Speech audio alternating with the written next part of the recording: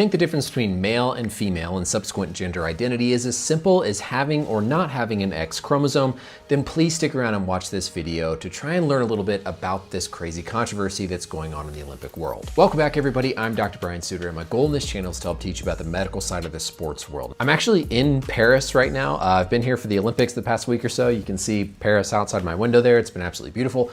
But the biggest story the past couple days has been, of course, with women's boxing. The story, of course, is that this Algerian boxer, Imane Khelif, is identifying as a woman. She's in female women's boxing, but there's a lot of talk that people saying she's a male. She's had these previous disqualifications for having XY chromosomes and failed gender testing. And so why in the world are we letting a man compete in a woman's sport, especially boxing? This is not the first time we've seen a big story like this. You might remember this track and field athlete, Caster Semenya, who was a middle distance runner who was disqualified from running certain events because of this whole differences in sexual development diagnosis and picture. This is going to be as simple as possible of an embryology, or the study of how we grow and develop, genetics and physiology lesson, so I can try to open people's mind to some of these challenging discussion points. Our genes are the blueprint for how our body functions and is built and is made. We get one half of our genes from our mother and one half from our father. That means most humans will have two genes for sex. That can be either an X chromosome or a Y chromosome. Now, typically a female sex will have an X and an X chromosome, and a male sex will have an X and a Y. The contents of those chromosomes are what determine how we are going to develop either into a female, talking about sex again, or a male, again, talking about sex. So classic female sex XX, classic male sex XY. Now, interestingly, whenever we are first conceived in the womb, we all start off and we have the potential for our sexual organs, our gonads, to be either female or male.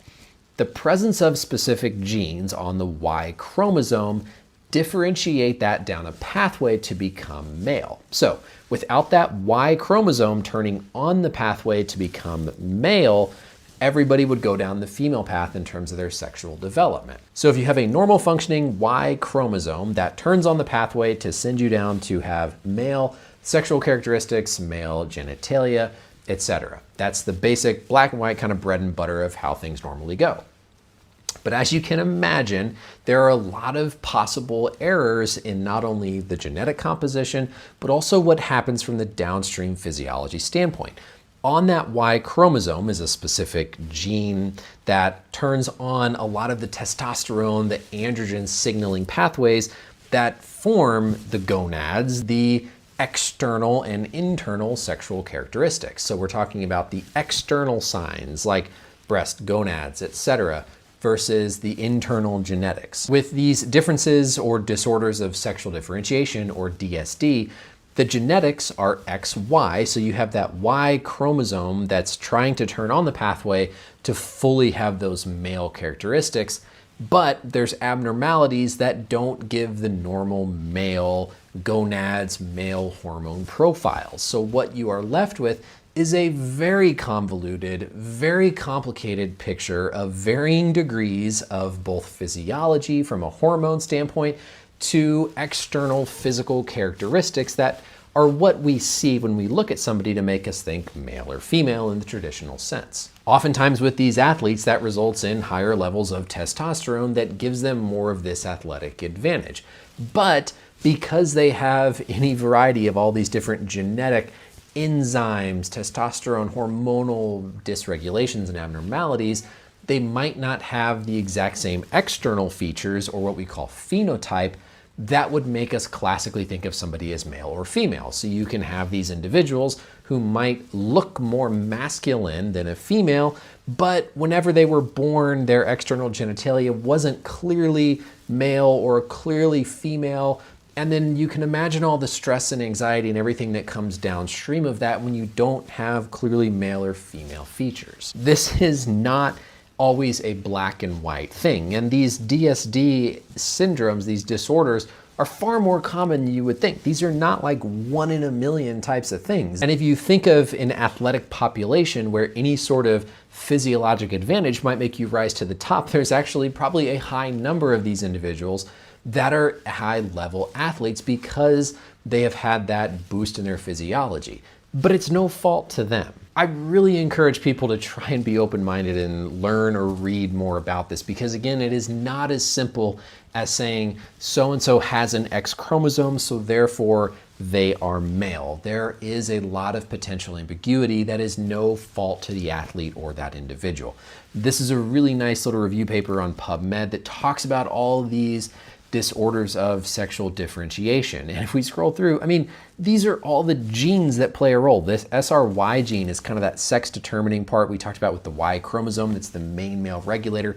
But you can have abnormalities in that. I mean, all of these different genetic abnormalities that could result in downstream variation. There is so much gray area in this. And so to simplify the question of this Algerian boxer and say, well, she has a Y chromosome, so therefore she absolutely is male, it is not that simple. It is very, very complicated trying to determine the difference there when you get these DSD individuals. Different sports have different ways of managing this. Track and field has tried to look at some different testosterone levels where you have to be below a certain threshold to compete in certain events that they feel you have a high competitive advantage. But there's no consistency across the sports world in terms of how these athletes are managed and handled when it comes to a sport and differentiation that has been historically male and female. I don't know the answer to this. I'm not going to act like I know the answer for how you handle these athletes who, again, at no fault to their own, are in this really difficult situation where their whole life they have not clearly looked or felt in the classic sense that we think of as male or female.